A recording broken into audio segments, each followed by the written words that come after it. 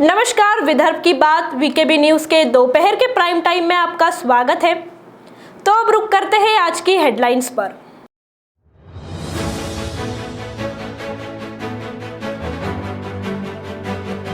नागपुर शहर से समय की पाबंदियां हटाने की मांग के लिए व्यापारियों ने निकाली बाइक और कार रैली।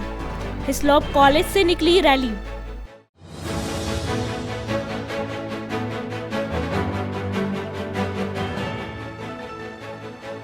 फसल बीमा की मांग के लिए किसानों ने किया अमरावती कृषि कार्यालय में ठिया आंदोलन। किसानों ने सुनाई अपनी आपबीती।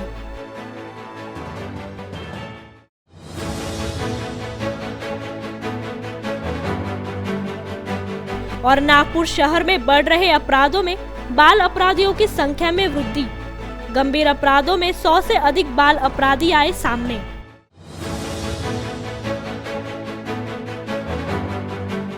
और अब खबरें विस्तार से। मंगलवार को नागपुर में दूसरे दिन भी व्यापारियों ने शहर से पाबंदी हटाई जाए, इस मांग को लेकर बाइक और कार रैली निकाली। गौरतलब है कि नागपुर शहर में इन दिनों कोरोना संक्रमण का दर ना के बराबर है। ऐसी परिस्थिति में नागपुर के व्यापार को पूरी तरह से खोला जाए, जिन पर लगाई गई समय की पाबंदी हटाने की मांग व्यापारी संगठन द्वारा नागपुर से की गई।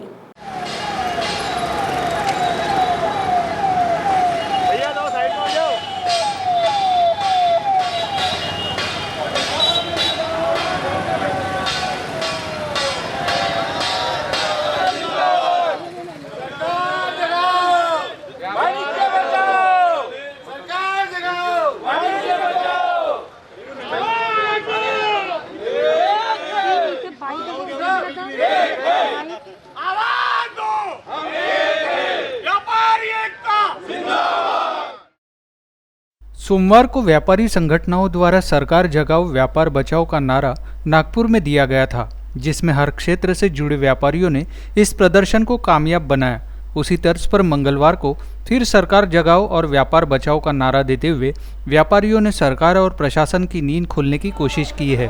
मंगलवार की दोपहर 1 बजे शहर के हिस्लॉप कॉलेज से व्यापारियों द्वारा बाइक और कार रैली का आयोजन किया गया था, जिसमें बड़ी संख्या में व्यापारियों ने फिर एक बार व्यापार पर लादी गई समय की पाबंदियां हटाए जाने की मांग वीकेबी न्यूज से की। आपने एकदम ठीक बताया। कल का आंदोलन सरकार जगाओ महापदयात्रा जो ऑर्गेनाइज किया था सरकार जगाओ वाणिज्य बचाओ संघर्ष समिति ने, उसको बहुत ज़बरदस्त रिस्पांस मिला और वो पूरे तरीके से सक्सेसफुल रही। सरकार को जगाने के लिए आज हमने दूसरा कार और बाइक रैली का आयोजन किया है। ये कार और बाइक रैली पूरे शहर में जन जागरूकता फैलाते हुए सरकार तक आवाज़ पहुंचाएगी और ऐसी उम्मीद करती है कि सरकार जो हमारी मांग है उसके ऊपर संवेदनशीलता रखते हुए उचित निर्णय ले और आज या कल में कुछ अनाउंस करे। अगर नहीं होता है तो संघर्ष समिति ये आंदोलन को और तीव्र करने की तैयारी में है और अगर उसके बाद भी नहीं होगा तो नॉन कॉपरेशन मूवमेंट चालू किया जाएगा और व्यापारी और जितने स्टेक होल्डर्स हैं वो कोई भी प्रतिबंध सरकार का अपने ऊपर लागू नहीं करेंगे, एक्सेप्ट नहीं करेंगे। वो अपने मर्जी से दुकानें खोलेंगे और मर्जी से बंद करेंगे। कोई समय की पाबंदी को हम नहीं मानेंगे। ये मैडम जो आंदोलन आप देख रहे हैं, कल 26 तारीख को भी हमने आरबीआई चौक पे एक आंदोलन करा, जिसमें हमने शांतिपूर्ण पद यात्रा कलेक्टर और कमिश्नर ऑफिस तक करी। ये उसी के परिणाम दूसरा दिन है। ऐसे कई आंदोलन हो गए। अगर सरकार हमारी बात नहीं मानती है, पूरे शांतिपूर्ण आंदोलन होंगे। हम किसी भी प्रकार से कानून को हाथ में नहीं लेंगे। लेकिन ये मैं आपके माध्यम से माननीय मुख्यमंत्री जी से कहना चाहता हूँ, सरकार अब बस बहुत हुआ सर, हमारे को हमारी दुकानें खोलने का मौका दीजिए। 4 बजे के बाद ऐसा होता है कि हमारी दुकान पराई हो जाती है, हमारी दुकान में हमको बैठने के लिए दंड किया जाता है। जब तक कोरोना के बहुत केसेस थे हमने भी सरकार का साथ दिया, लेकिन जब आज 6,000-7,000 टेस्टिंग में 2 से 4 केस आ रहे, जो कि अपने आप में बहुत कम है, ये या तो सरकार बता दे कि भैया 31 दिसंबर के बाद से कोरोना नहीं रहेगा, फ्री दुकानदारी करना, तो हम मान जाएंगे। लेकिन ये कुछ चीज़ हो नहीं सकती है। ये आपको भी पता है, सरकार को भी पता है। ये लुका छुपी चलते रहेगी। आगे जब बढ़ेगा फिर सरकार के जो दिशा निर्देश आएंगे हम मानेंगे। लेकिन जब तक कुछ नहीं है तो हमको हमारी दुकानें खोलने का मौका दे, ना कि हमको हमारी दुकानों में चोर साबित किया जाए। और अगर अभी शांतिपूर्वक नहीं सुना गया तो आप क्या कदम उठाएंगे? मैडम, ये आंदोलन कंटिन्यूस चालू रहेगा, ये आंदोलन रुकेगा नहीं। हम लोग रोज बैठक करेंगे, आंदोलन समिति के लोग और नागविद्या चैम्बर ऑफ कॉमर्स के लोग बैठ के बैठक कर करके आगे की रोज डे टू डे रणनीति तय कर करके इन्फॉर्मेशन सबको देते रहेंगे। गौरतलब है कि सोमवार को भी व्यापारियों द्वारा इसी मांग के चलते पदयात्रा निकाली गई थी, जबकि मंगलवार को बाइक और कार रैली के जरिए व्यापारियों ने सरकार और प्रशासन पर समय की पाबंदियों को हटाने का दबाव डालते हुए जोरदार प्रदर्शन किया। नागपुर से पूजा प्रधान के साथ ब्यूरो रिपोर्ट वीकेबी न्यूज़ के लिए। अमरावती जिले में किसानों द्वारा एक अलग आंदोलन किया गया, जहां फसल बीमा की मांग के लिए किसानों ने जिला कृषि कार्यालय में ठिया आंदोलन शुरू कर दिया।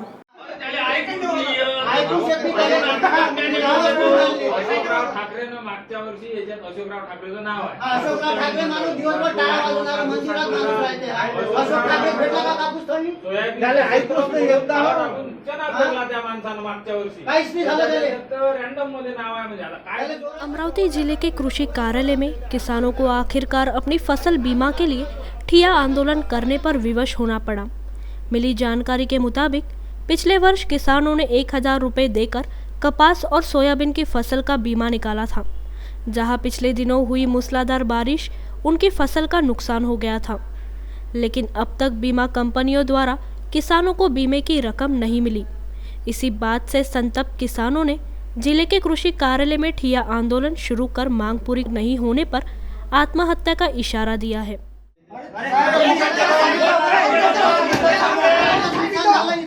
काय सांगा तुम्हाला? नाव योजना सांगितले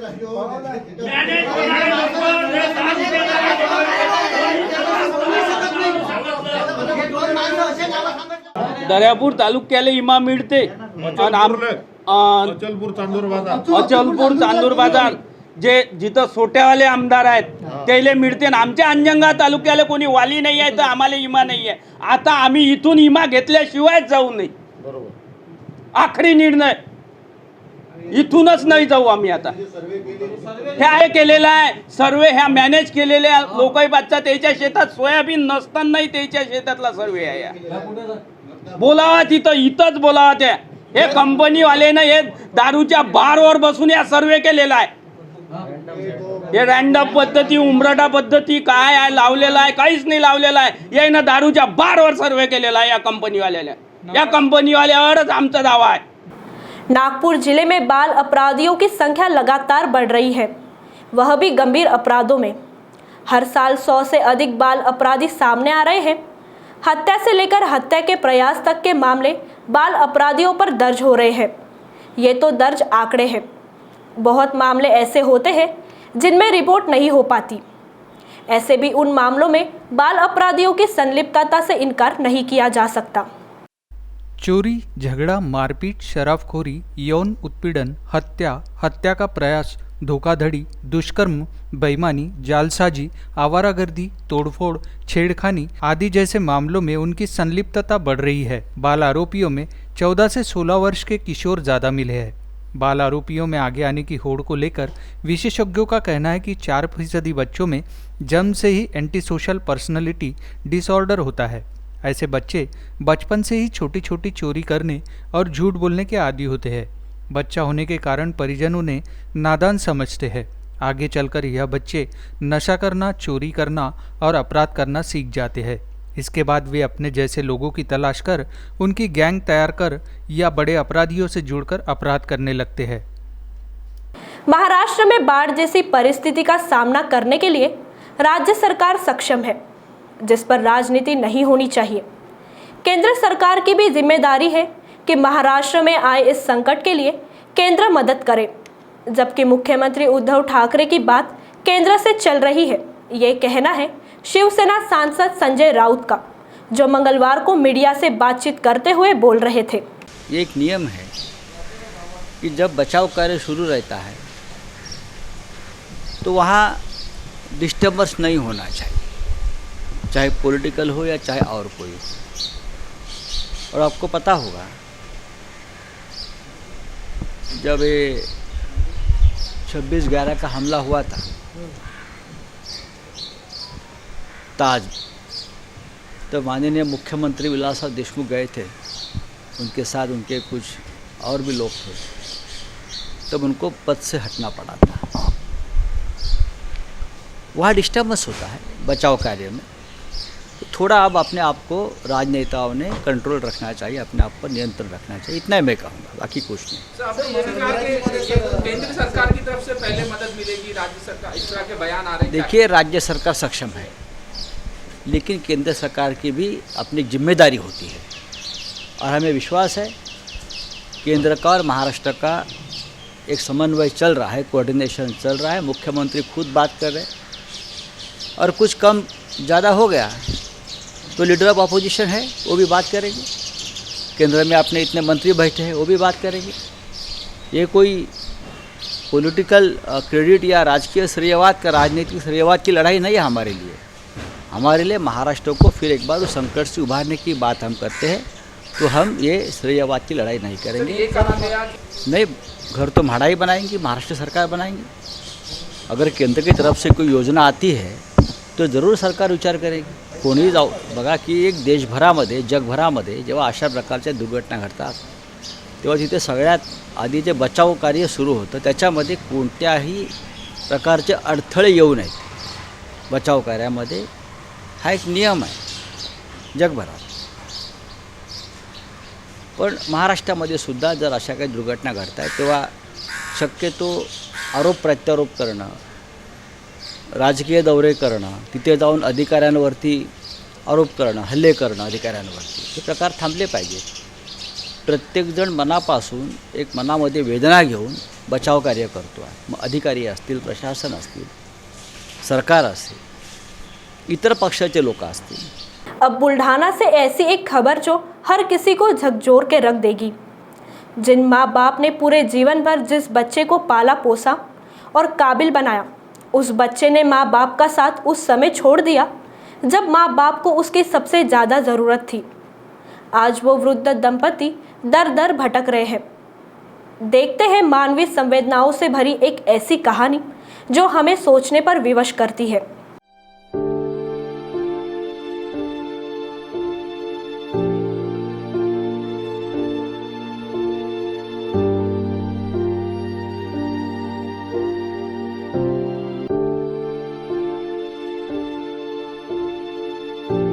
कहते हैं कि अगर माँ बाप की पूजा करो तो आपको भगवान मिल जाता है, और इस बात को कोई नहीं झुठला सकता।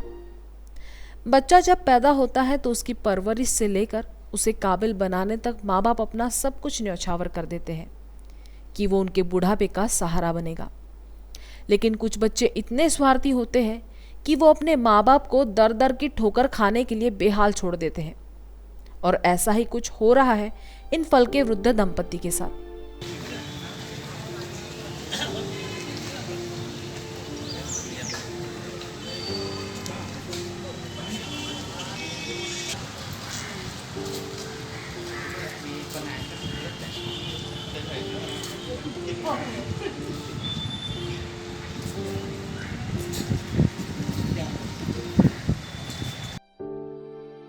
बुल्ढाना जिले के देउल गांव के रहिवासी परसराम फलके और उनकी पत्नी इन दिनों जिलाधिकारी कार्यालय के चक्कर लगा रहे हैं, जिन्होंने शिकायत की है कि उनका बड़ा बेटा विनोद फलके उनके साथ बुरा बर्ताव करता है और उनसे इस उम्र में मारपीट करता है।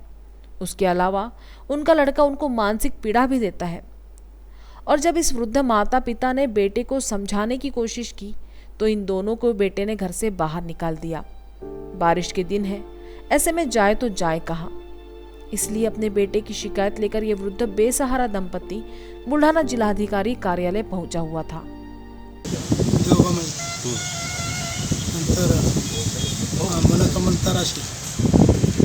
मारहाण करतो म्हणे, मला दोनदा मारलं, पोराला मारलं, खाऊन मांगा दे। लकड़ी के सहारे वृद्ध परसराम फलके अपनी पत्नी के साथ जिलाधिकारी कार्यालय पहुंचे थे, जिनसे पूछने पर यह पता चला कि जिस बेटे ने उनके साथ छल किया और उनको घर से बाहर निकाल दिया वो देउल गांव का पूर्व उपसरपंच विनोद फलके है, जिसने अपने बूढ़े माँ बाप की अज्ञानता का लाभ उठाकर घर अपने नाम कर लिया और अब उन्हें घर से बाहर निकालकर दर दर की ठोकर खाने पर मजबूर कर दिया। या 2-3 वर्षात कळलं की लगेच काय मागच लागला त्या देणं घरातून वळणं बोलणं पैसे मागत होते तुम्हाला खायचे का पैसे आणि आम्ही दोघं बिमार आहे काय करावं काही समजतच नाही आणि मग 15 वर्ष आता मागून काय म्हणे तुमच्या गांडीत घाला म्हणे वावर आम्हाला घेणं नाही तुमचं घेणं नाही तुमच्या वावराचं घेणं नाही म्हणून आम्ही या मुलाकडे गेलो कुठे दिली नाही पोलिसात हो नाही आम्हाला वावर इकडे काढला आम्ही इकडून बँकेत पैसे टाकून खाऊ दौंडी द्यायला लावली तर मागायला दौंडी देऊ दिली नाही ते झालं आम्हाला घराच्या बाहेर काढलं घरात आलं हाणमार केली काय करावं आम्ही कसं जगावं कसं राहावं हां मला मारलं म्हाताऱ्याला मारलं कसं करावं आम्ही आणि बँकेत कर्ज काढलं आमच्या नावाचं म्हटलं नावाचं तो सही नाही काय नाही माहीत नाही आता माहीत झालं आम्हाला मग कसं करायचं कसं जगायचं आम्ही कसं राहायचं हे आम्ही सरकारनं आमचा निवाडा करावं न्याय करावं हीच आमची विनंती 15 दिवसात 2दा मारलं आणि आम्ही वावरात कसं मजूर जाऊ दे नेतो ते मजूर वापस करतो तो मग कसं ते शेत व्हायची आम्ही शेती कशी व्हायची शेत कोणाचं आहे शेत माझं आहे बहरहाल इन दिनों बुल्ढाना जिले के वृद्ध फल के दंपति काफी परेशान हैं। आंखों में आंसू है उस बेटे के लिए जिसे कभी बुढ़ापे का सहारा समझकर पाला पोसा और काबिल बनाया था, लेकिन उन्हें क्या पता था कि वही बेटा उन्हें एक दिन दर दर की ठोकर खाने पर विवश कर देगा। बूढ़े माँ बाप इन दिनों बेहद परेशानी में हैं। चलना नहीं होता फिर भी वो पुलिस अधीक्षक और जिलाधिकारी कार्यालय के चक्कर काट चुके हैं, बस इस आस पर माए बाप सरकार उनकी सुने और उनको न्याय दे। नागपुर से ब्यूरो मुकेश हेड़ाव की रिपोर्ट। मनपा के वैक्सीनेशन अभियान को भले ही लगातार हर दूसरे दिन ब्रेक लग रहा हो, लेकिन किसी तरह से अभियान निरंतर जारी रखने का प्रयास किया जा रहा है। इसका जीता जागता उदाहरण है कि सोमवार को केवल सीमित स्तर पर वैक्सीनेशन अभियान होने की घोषणा के बाद अब राज्य सरकार की ओर से कोविडशील्ड का पर्याप्त कोटा मिलने से मंगलवार को मनपा और सरकारी सभी वैक्सीनेशन सेंटर पर टीकाकरण होने की जानकारी उजागर की गई है। मंगलवार को 18+ और 45+ वर्ग के सभी लोगों को मनपा और सरकारी वैक्सीन सेंटर्स पर निःशुल्क वैक्सीन उपलब्ध कराई जाएगी। सभी सेंटर्स पर सुबह 10 बजे से लेकर शाम 5 बजे तक वैक्सीनेशन होगा। मनपा की ओर से बताया गया कि वैक्सीनेशन के लिए ऑनलाइन और ऑफलाइन पद्धति से भी पंजीयन कराया जा सकेगा। फिलहाल सिटी में मनपा और अन्य सरकारी केंद्रों पर कोविडशील्ड के अलावा 3 सेंटर्स पर कोवैक्सीन का टीका लगाया जा रहा है। 18+ और 45+ को कोवैक्सीन का पहला और दूसरा डोज मेडिकल अस्पताल कामठी रोड स्थित डॉक्टर बाबा साहेब आम्बेडकर अस्पताल और महल रोग निदान केंद्र पर दिया जा रहा है। केंद्र सरकार के निर्देशों के अनुसार जिन लोगों ने कोविडशील्ड का पहला डोज 12 सप्ताह पूर्व लिया हो उन्हें दूसरा डोज भी उपलब्ध कराया जाएगा। स्वास्थ्य सेवक और फ्रंटलाइन वर्कर्स को भी दूसरा डोज दिया जाएगा। इसके अलावा मनपा की ओर से ड्राइव इन वैक्सीनेशन अभियान शुरू किया गया था। मंगलवार को इन सेंटर्स पर भी सभी को वैक्सीन उपलब्ध होगा। वक्त हो चला है एक ब्रेक का, मिलते हैं एक छोटे से ब्रेक के बाद। बाय। सब जानना चाहते हैं मेरा फेवरेट कलर, मेरा फेवरेट डेस्टिनेशन, मेरी फेवरेट डिश, पर कोई ये नहीं पूछता कि फेवरेट डिश मैं बनाती कैसे हूँ। अरे यार, जिसे टेस्टी खाना पसंद है वो अच्छे टेस्ट तक पहुँच ही जाता है। सुरुचि मसाले, खाने में हो रुचि तो घर लाइए सुरुचि। अपने सपनों की उड़ान भरने की इच्छा तो हर किसी की होती है, पर पंख भी तो मजबूत होने चाहिए जो देता है flywheel aviation academy. Flywheel aviation academy एक ऐसा इंस्टीट्यूट है जहां पर एयरलाइंस एंड एयरपोर्ट हॉस्पिटैलिटी और टूरिज्म मैनेजमेंट, साथ ही यहां campus interview, guidance by industry expert, practical training at airport, expert faculty, personal grooming जैसे कई सारे बेनिफिट्स आप पा सकते हैं। Flywheel aviation academy, 1 degree, 3 job opportunities. Flywheel Aviation Academy gives you a degree or diploma with a job. Flywheel Aviation Academy, 365 Gandhinagar, LAD College Square, beside Karnataka bank Nagpur. तो break के बाद आपका स्वागत है। जंगल सफारी करते वक्त भी यदि कोई बाघ सामने आ जाए तो डर लगना स्वाभाविक है। लेकिन जंगल में बाघ से आमना सामना हो जाए तो फिर यह बात किसी फिल्मी कहानी जैसी लगती है। लेकिन एक माँ ने अपनी बेटी को बचाने के लिए हकीकत में बाघ से सामना किया। बाघ ने बेटी के सिर पर वार कर उसे मुंह में दबोच लिया। माँ ने हिम्मत नहीं हारी और बाघ की पूंछ पर डंडे मारते हुए अपनी बेटी को जबड़े से निकाला। माँ और बेटी दोनों का मेडिकल और डेंटल कॉलेज में उपचार किया गया। सोमवार को स्वस्थ होने के बाद छुट्टी दे दी गई। चंद्रपुर जिले के ताड़ोबा व्याघ्र अंधारी प्रकल्प से लगे जुनोना गांव में 30 जून को यह घटना घटी। मां अर्चना मेश्राम ने बाघ के जबड़े में फंसी अपनी 5 वर्षीय बेटी प्राजक्ता को बचाने के लिए 2-2 हाथ कर लिए। अर्चना ने बाघ की पूंछ पर डंडे से वार किया और बाघ भाग निकला। बाघ के जबड़े में फंसने से प्राजक्ता जख्मी हो गई। उसके चेहरे की हड्डियां टूट गई। वहीं मां भी जख्मी हो गई थी।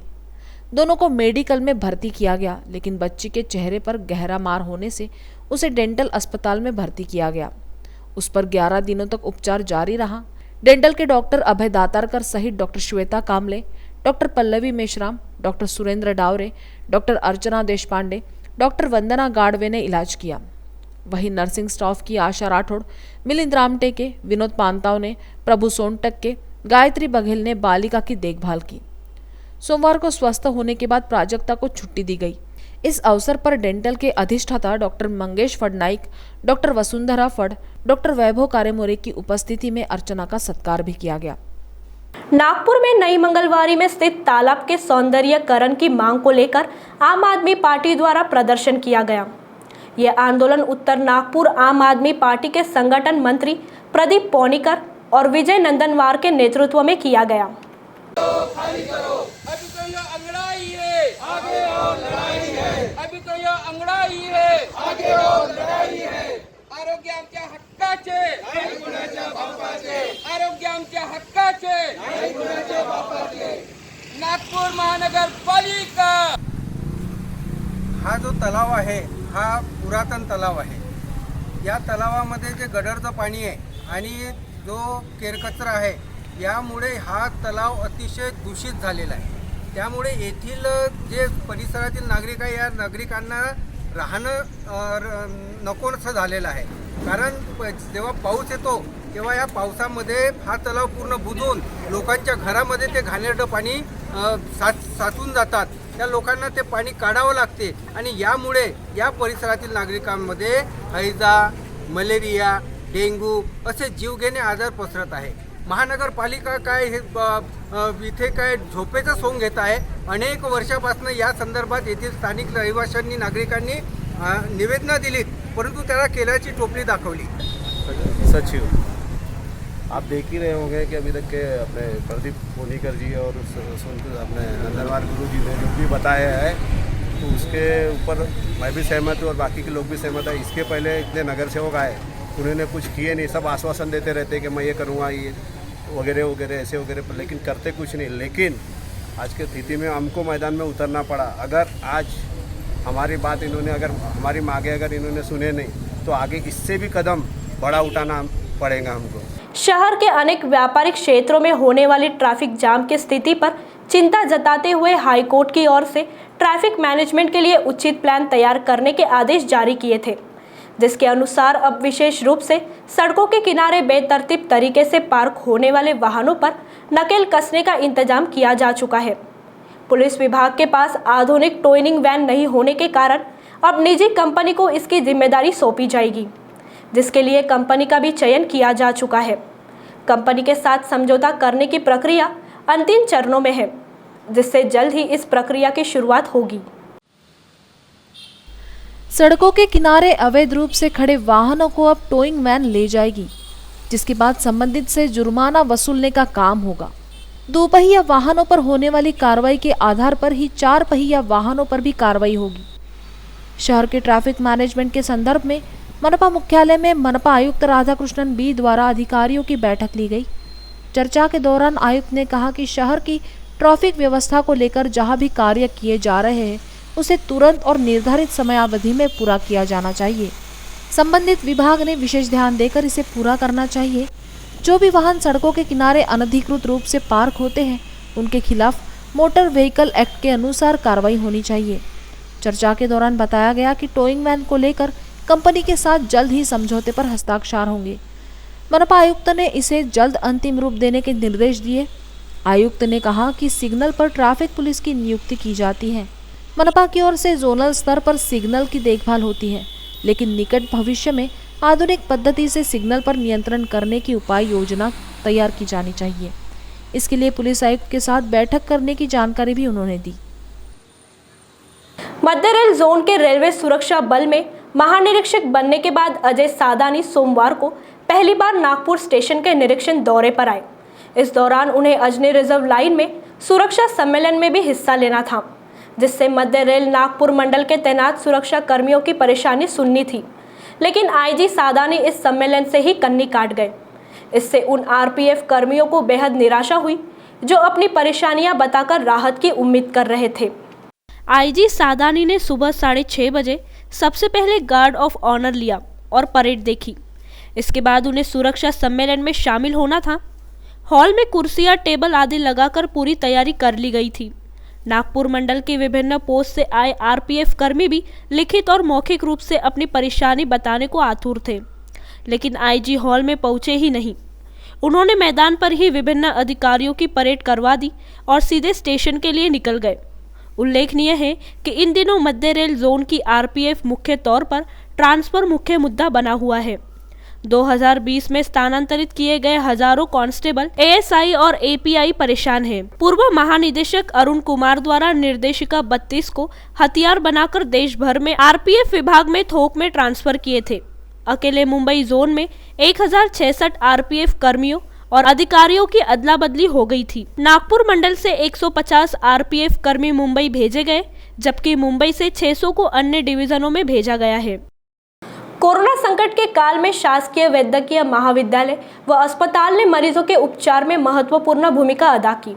प्रशासन की ओर से भी हर संभव मदद मिलती गई। मरीजों को दवाइयों की भी कमी नहीं हुई, लेकिन कोरोना के मरीज कम होने के साथ ही अब नॉन कोविड मरीजों का पूर्ववत इलाज शुरू हो गया है, लेकिन दवाइयों की कमी की वजह से मरीजों को दिक्कतें आ रही है।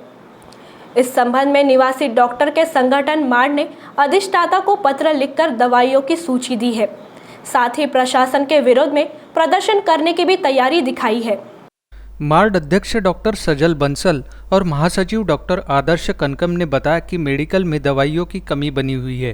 कैजुअल्टी वार्ड और ऑपरेशन थिएटर में दवाइयों की तंगी की वजह से मरीजों के इलाज में दिक्कतें आ रही है। निर्धन व जरूरतमंद मरीजों का इलाज करना भी मुश्किल होता जा रहा है। कई मरीज बिना इलाज के ही लौट रहे हैं। बेसिक ब्लड टेस्ट जैसे सीबीसी, एलएफटी, केएफटी भी नहीं हो रही है।